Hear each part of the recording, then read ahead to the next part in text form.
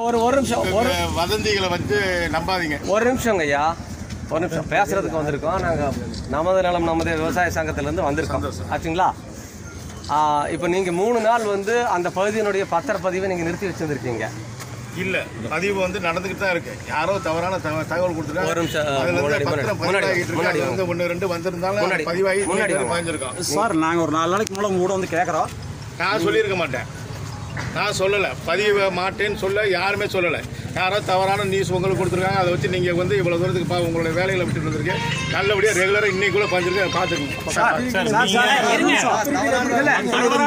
மக்களோட முதல்வர் அன்னைக்கு நீங்கள் வந்து நிறுத்தி வைக்க சொல்லியிருக்காங்க. நீங்கள் சொல்லியிருக்கீங்க, அப்பவே சொன்னீங்க. நீங்கள் அதுக்கப்புறம் தான் நாங்கள் வந்து பிரச்சனை பண்ணுறோம் அப்படிங்கிறதுக்காக தான் நீங்கள் எழுத்து வடிவில் நீங்கள் வந்து இன்னிலிருந்து பண்ற அப்படின்னு சொல்லியிருக்கீங்க.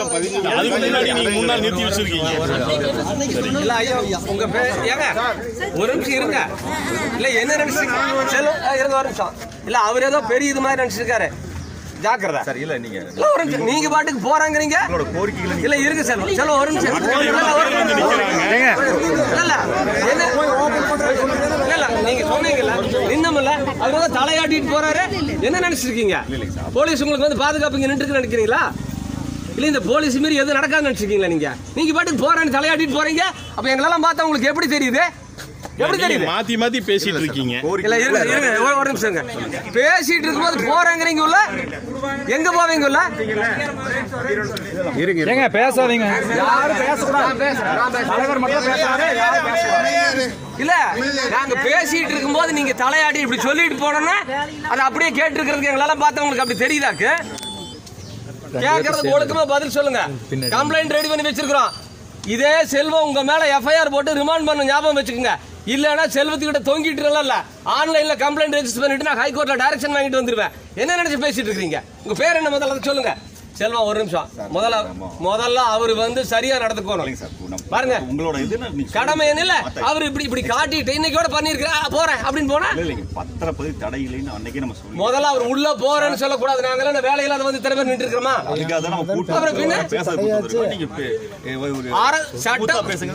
அல்லங்க அவரு ஸ்மூத்தா பேசியிருந்தா நாங்களும் ஸ்மூத்தா தான் பேசுவோம். என்ன சொல்லியிருக்கணும்? கொஞ்சம் நீ தள்ளி இல்லைங்க. நீங்க நடுவில் நிக்கிறத பார்த்தா ஏதோ நான் அவர் அடிச்சு போடுற மாதிரியும் நீங்க இப்படி குறுக்கணும்னு அவரோட முகத்தை பார்த்து. உங்க பேர் சொல்லுங்க.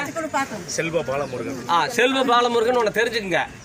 நீங்க இந்திய அரசியலமைப்பு சட்டப்படி அரசு பணியாளராக நியமிக்கப்பட்ட ஒரு அரசு பணியாள். உங்களுக்கான ஊதியத்தை அரசு எங்களுடைய வரிப்பணத்திலிருந்து வழங்குகிறது. சட்டப்படியான ஆட்சி நடக்குது. உங்களுடைய வேலை ஒவ்வொன்றும் சட்டப்படியா இருக்கும். உங்க வேலை மட்டும் இல்லை, இவங்க வேலை உட்பட சட்டப்படி பண்ணலன்னா என்ன ஆகுங்கிறது இவங்களுக்கு தெரியும். இப்பதான் உன்னை நாங்கள் பயிற்சி கொடுத்துருக்குறோம், புரியுதா? நீங்களும் அதை ஞாபகம் வச்சுக்கோங்க. நீங்க ஒன்றும் கடவுள் அல்ல, அல்லது நீங்க ஒன்றும் அரசர் அல்ல. நாங்கள் ஒன்றும் உங்ககிட்ட பிச்சை கேட்டு வந்த ஆளுங்க இல்லை, புரியுதா? நீங்க இந்த டாக்குமெண்ட் ரைட்டு பேசுற மாதிரி எல்லாம் பேசுனீங்கன்னா வேற விதமாகி போயிடும். அதை நீங்க ஞாபகம் வச்சுக்கோங்க.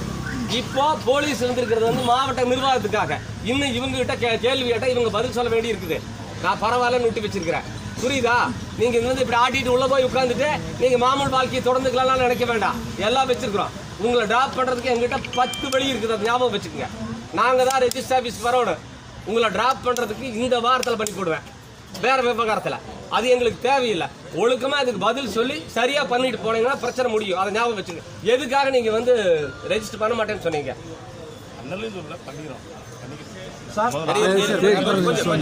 செல்வ இது என்ன பதில்? அவர் சொல்ற பதில் 3 நீங்களே இருந்தீங்க சார். உங்க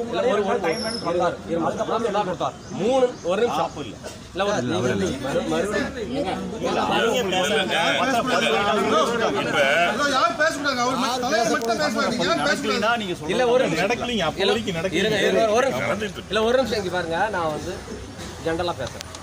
இவரு 3 நாள் பத்திரப்பதிவு நிறுத்தி வச்சது மட்டும் இல்ல, அதை பூரா இந்த 3 மாவட்டத்துக்கு நடத்தி விட்டார். ஈரோடு, திருப்பூர், கோயம்புத்தூர் 3.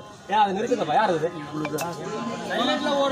விளைவு என்னன்னா, இப்போ கிரைய அந்த 3 நாள் நின்னது மட்டும் இல்ல, பணம் கொடுத்து டோக்கன் கொடுத்துருந்தவங்க கிரைய மணி திருப்பி போயிட்டாங்க. இப்போ என்ன சொல்றாங்கன்னா, இதில் பிரச்சனை இருக்குது. நாங்கள் 2 வருஷம் போராட்டம் நடத்தி அதெல்லாம் சொல்ல வேண்டாம். அது இங்கே லோக்கல்ல இருந்த பிரகாஷுக்கு தெரியும். என்ன ஏன் பிரகாஷ் எப்படி போராட்டம் நடத்தின, யார் யார் வந்தாங்க, நடத்தி நிலம் எடுக்கிறது இல்லைன்னு சொல்லி போட்டு பாராளுமன்ற உறுப்பினர் வந்து ஆர்டிஓவும் வந்து மக்கள் மத்தியில் குளியூர் கூட்டத்தில் நாங்கள் எடுக்க மாட்டோம், விவசாய நிலத்தை எடுக்க மாட்டோம், நாங்கள் உறுதி கொடுக்குறோம் அப்படின்னு சொல்லிட்டு மீதி இருக்கிற நிலத்துக்கு அந்த 900 ஏக்கருக்கு பேசிக்கலாம், டிட்கோ சேர்மனை வர சொல்லி பேசிக்கலாம். நாங்கள் அதெல்லாம் ஒரு முடிவு பண்ணியாச்சு. இயல்பு வாழ்க்கைக்கு திரும்பிட்டு இருக்குது. இந்த பிரச்சனைக்கு அப்புறம் அப்போ தான் ஒவ்வொன்றா வர்றாங்க. நீங்கள் அன்னூர்லேருந்து கோயம்புத்தூர் போகிற வழியில் 1/2 கிலோமீட்டர் தாண்டா ஏக்கரா 1 கோடி ரூபாய், மெயின் ரோட்டில் வந்தால் 3 கோடி ரூபாய் 4 கோடி ரூபான்னு போகுது. அங்கே 40 லட்சம் கூட போகிறதில்ல. என்ன காரணம்னா இந்த இளவெல்லாம் தான் காரணம். இதிலிருந்து மீண்டும் இப்போ தான் ஓரளவுக்கு வந்துட்டு இருந்தோம். இவர் 3 நாள் பண்ண வேலை இப்போ மொத்தமாக வியாபாரம் எடுத்து போச்சு. இனி இதுல இருந்து மீண்டும் எந்திரிச்சு நீ ஒருத்த வந்து பூமி வாங்க வருவானா இல்லையான்னு தெரியாது. சும்மா அப்படி சொல்லிட்டு நான் பண்ணிட்டு அப்படி போறதுக்கு நாங்கெல்லாம் உனக்கு காதுல பூ வச்சுட்டு இருக்கல, கடுப்புல இருக்கிறோம். இதனுடைய விளைவு இந்த மக்களுடைய பொருளாதாரம் மண்டையடி ஆயிப்போச்சு. இதனுடைய பின்விளைவு என்னன்னா வெறும் பொருளாதாரம் மட்டும் இல்ல, இவங்க வாழ்வியலையே பாதிக்கக்கூடிய அளவுக்கு ஆயிப்போச்சு. ஒரு பொண்ணு கொடுக்குற இடத்துல கட்ட இடத்துல இவங்கெல்லாம் சிப்காட்ல போகுமாமா, இந்த பூமியை நம்பி போய் என்ன பண்றது, இங்க பொண்ணு கொடுத்து என்ன பண்றது, இங்க பொண்ணு கட்டி என்ன பண்றதுங்கிற அளவுக்கு இவங்க வாழ்க்கை பாதிக்கப்பட்டிருக்குது. இவ்வளவு பெரிய ஒரு அயோக்கியத்தனத்தை பண்ணி போட்டு ஒண்ணுமே இல்லாத வந்தோன்னே இப்படி காட்டிட்டு அவர் போறேங்கிறாரு. நாங்க சாதாரண எடுத்துட்டு போக முடியுமா? 324 BNS 324, பழைய IPC 425, 26, 27, 440 இந்த செக்ஷன்ல அவர் மேல நாங்க இப்ப கம்ப்ளைண்ட் கொடுக்குறோம். நீங்க FIR போடணும். இந்த கூட்டம் அப்படியே அங்கே ஸ்டேஷனுக்கு வரும். அவர் போகட்டும். நான் என்ன சொல்றேன், எதுக்கு பேசுறதுக்கு கூப்பிட்டேன்னு சொன்னேன். இதெல்லாம் பண்றதுக்கு இதெல்லாம் தேவையில்லை, நாங்களாம் அங்கே உட்காந்து பண்ணிடலாம். நீங்க பண்ணலன்னு சொன்னா ஆன்லைன்ல ரெஜிஸ்டர் பண்ணி போட்டு ஹைகோர்ட்ல ஒரு டைரக்ஷன் வாங்கிட்டு வந்துடலாம். ரொம்ப நேரம் ஆகாது. எங்ககிட்ட எவிடன்ஸ் இருக்குது. அவரெல்லாம் நான் சொல்லல அப்படின்னு சொல்றதுதான் ஆகாது. ஒரு வாய்ப்பு, செஞ்ச தப்பை திருத்திக்கிறதுக்கு ஒரு வாய்ப்பு. பாதிக்கப்பட்ட மக்கள் இருக்காங்க, அதுக்காகத்தான் பாலமுருகன் சரிதானே சொல்றாங்க, பாலமுருகனுக்கு ஒரு வாய்ப்பு கொடுத்துருக்குறோம். இந்த பஜனை எல்லாம் பாடிட்டு இருந்தா அது மற்றவங்க கிட்ட நடக்கும், எங்கிட்ட அதெல்லாம் நடக்கவே நடக்கும்.